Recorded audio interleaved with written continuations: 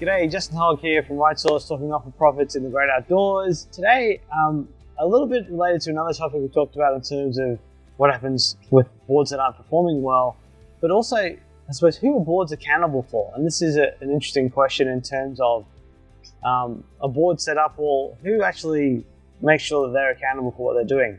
Now, it does depend a little bit on the structure that you have in place and the governing document that you have for your organization, be that constitution or member rules or something like that.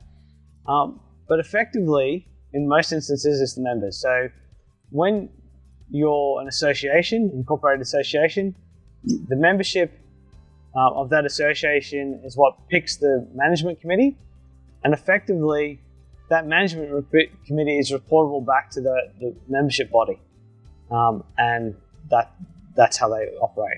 In terms of a company limited by guarantee, which is probably the most common company structure in the not-for-profit space, again, it's a similar structure in terms of the members of the organization, because there are no shareholders, they're members, are responsible for selecting the board of directors, and the directors are then obliged to act or to operate the company in the best interest of that organization. So ultimately, in a company as well, members are the ones who approve a director appointment, even if that director appointment might happen during the year.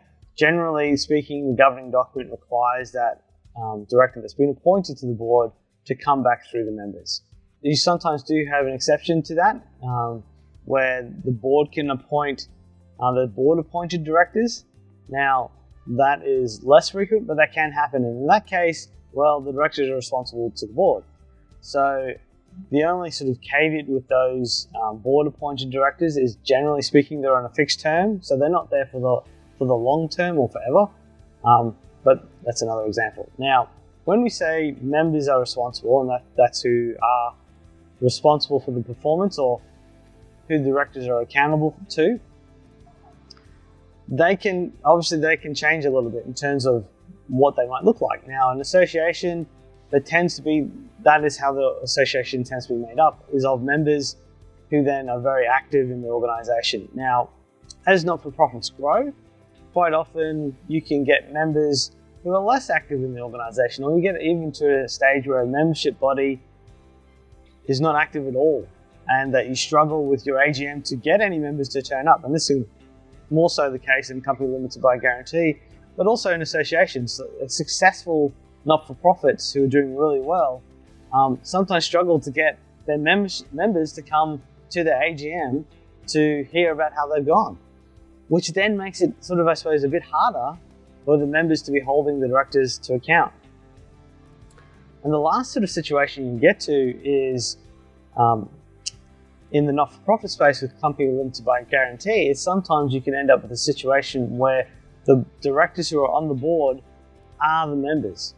So directors and members are one and the same. So where the board of directors are the members, who holds that board accountable? Where this happens a lot is in startups. So when you start up a not-for-profit, quite often the members and the directors are either the same people or very, very close. Now, you can't really get past that, but obviously as you grow, you do want to bring that diversity in, and potentially that will change. But if it doesn't change and you do get larger and you do maintain and end up with that, board are the members, who else can hold the board to account? Well, the regulator could to an extent, but generally speaking, they won't, as long as a board is performing and doing enacting their purpose and using any funds they received in the proper manner. A regulator won't step in and hold the board to account. Would it be a donor? Potentially, but probably not. I mean, donors, especially some more sophisticated donors, do look at the governance of an organization, and it may come up there. But as long as the board is performing well, using funds effectively and appropriately, that's not really something that a donor is going to do. Again, customers could get involved.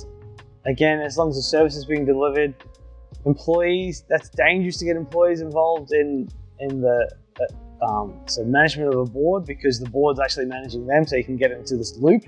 So there really isn't an external body that could replace members in terms of holding the board to account. So really the best option here for a board is for them to become self-aware and to effectively understand that they need to monitor their performance and measure their performance and have a process to do that, to really embed that process into the organization in terms of its governance and maybe even its constitution, in terms of how that board is reviewed and their performance measured to make sure that they continue to perform well when there's no one else to judge them but themselves. So let's go into a little bit more detail. So the first obvious part is to get an external party in to come to do board review. Now, they can be a little expensive. There are some cheaper options, but that is one way to get someone who isn't part of the board, who isn't embedded in the organization and isn't, isn't potentially getting involved in any groupthink that might be happening.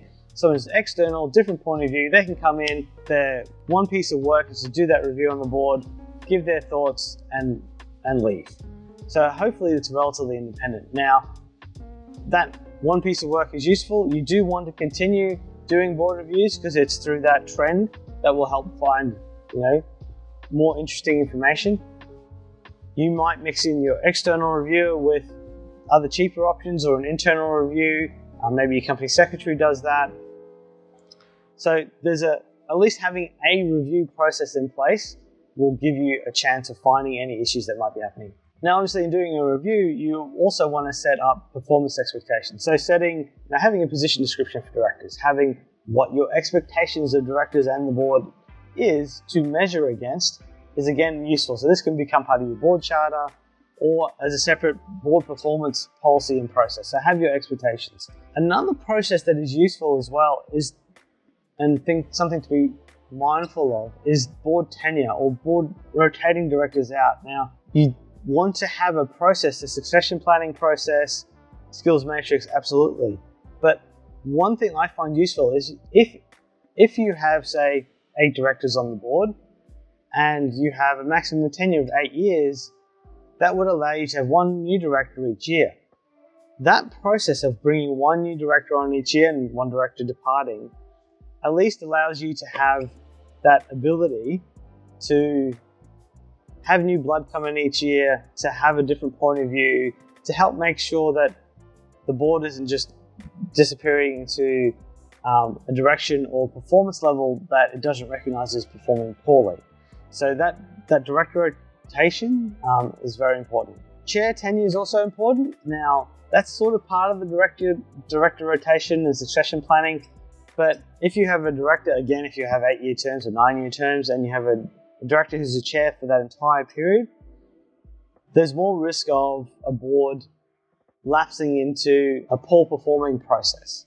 So really you want to, I suppose, ideally have a chair who is picked from a group who's been at the organization for a period of time in terms of the directors, has had some time, comes in, does their chair position, and really probably leaves the board once that's finished and has that shorter term view. Now, again, you may have a process that chairs come in and have shorter terms than the rest of the directors as well, to have that impact, to have that 3 or 4 year. That's how long they're chair they're in. They get used to it. They implement their vision, and then they hand off to the next chair. So that's another thing to look at. And probably then the last thing is look at training. Like, if you're self-aware, if you're measuring your performance and you've got expectations, well, surely you want to do training to make sure you meet those expectations and exceed them. So board training, having external parties come in and talk to your board, having your board members go to external organizations like AICD, like Governance Institute, like some of the NDIS training. Like, there's a lot of organizations out there that provide training, that provide you the ability to network with other boards and understand what other good boards are doing. So I think that ability to be self-aware and have training is important as well. So that's probably a little bit of a discussion in terms of who's a board accountable. Generally, they're accountable to members, and that is who is responsible. Members don't always hold the boards to account, which is a little bit of a problem, but also sometimes the board are the members, And in that case, a board really needs to be self-aware to make sure that it's doing the right thing for the organization, which is what their job is. So that's it for today's video. I hope you found that interesting or useful. If you did, we definitely have a lot of other videos on our YouTube site in terms of not-for-profit and the governance space, so feel free to check those out.